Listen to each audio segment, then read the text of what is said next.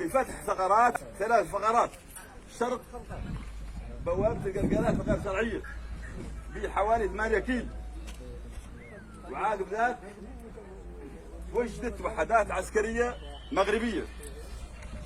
وزامن هذا الخروج مع خروج مجموعات من البطشية، ما يعرف بالبطشية هذه التسويت اللي جندها العدو المغربي، وبالتالي مرقت من ايه مرقت قايسه رجلي مباشره، رجلي تصدي بطولي شهم بافقاريش شقت الرجال.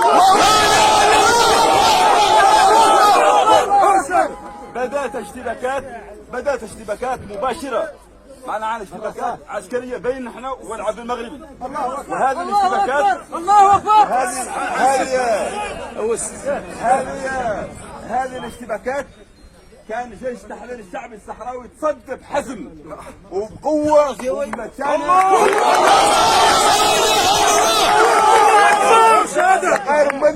يا غير مولي معاهم المدنيين معاهم الرجال والنساء اللي كانوا فم مرابطين في ثغرة القرقرات، هذا كامل صدد هاي البطشيه وحتى القوات المغربيه. تم بعد ذلك استمر يعني الجهاد القتالي معنى عنه تبادل النار، وتم اخلاء المدنيين بسلام. وبهذا الاجراء بهذا القرار اللي عدى المغرب معناها عنه انهى وقف اطلاق النار.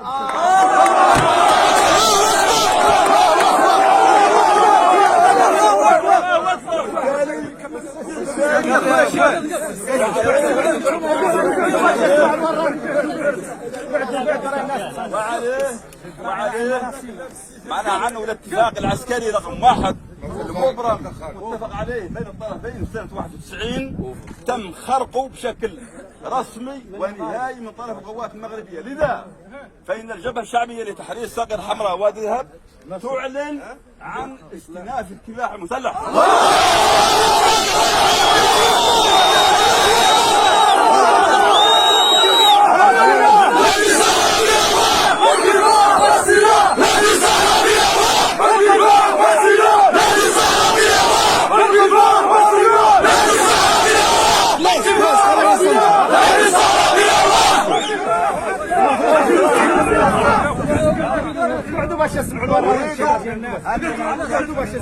نعلق من الناحية القانونية الصرفة على الموضوع. أنتم تعرفوا على أن احنا والعدو المغربي أبرمنا اتفاقا تحت مظلة الأمم المتحدة 91، وبالتالي هذا الاتفاق صار المفعول لعدة سنوات. بما أن المغرب كان سباق لخرق وقف إطلاق النار، كان سباق لخرق وقف إطلاق النار، فإن الجبهة الشعبية والشعب الصحراوي والجمهورية العربية الصحراوية الديمقراطية لن يبقوا مكتوفي الأيدي. وعليه بالمناسبة وراني رجعنا شوي من الصمت، وعليه بالمناسبة نؤكد كما أكدنا منذ السبعينيات اللي هي جبهة على اعتمادنا على الشعب الصحراوي، وعلى أن الشعب الصحراوي هو من سيحمل القضية الوطنية ويواصل المسيرة إلى غاية تحقيق الاستقلال الوطني.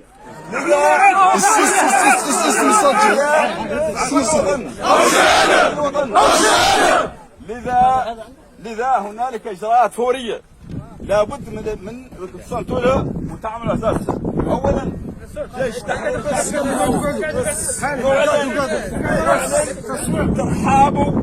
ترحابه بكل رجل يلتحق بجيش التحرير الشعبي الصحراوي ليدعم الكفاح المسلح.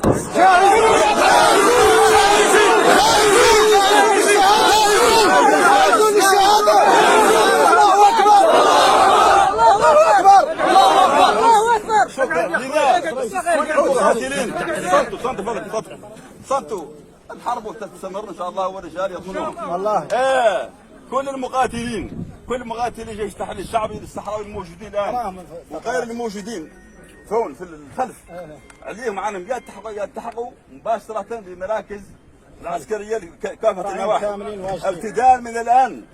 كل النواحي صمتوا، كل النواحي كل الجيش الموجود تابع النواحي يلتحق فورا في المراكز. اثنين، كل المتطوعين، جميع المتطوعين مع الجماعه العسكريه اصلا يلتحقوا مكاتب التنسيق الموجوده في الولايات، معنى عنه كل دائره قالوا يديرون على الرابط.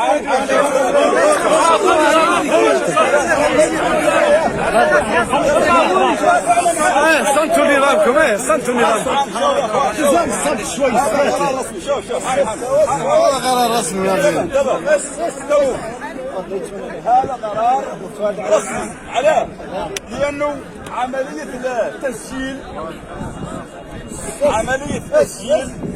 التسجيل امر ضروري، وعمليه الضبط امر ضروري. عندها كل صمت ذاك العدل احنا راهو عندنا احنا هو كاملين ما فينا راس المخيم صادعنا من هو ما في شباب عندك السلاح ولكن شوف الميكروفون شوي من صمت.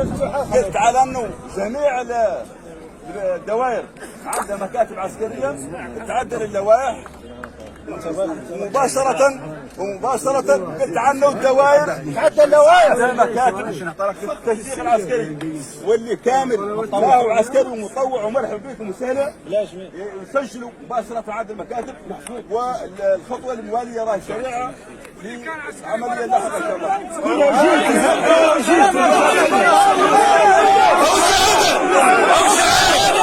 ان شاء الله.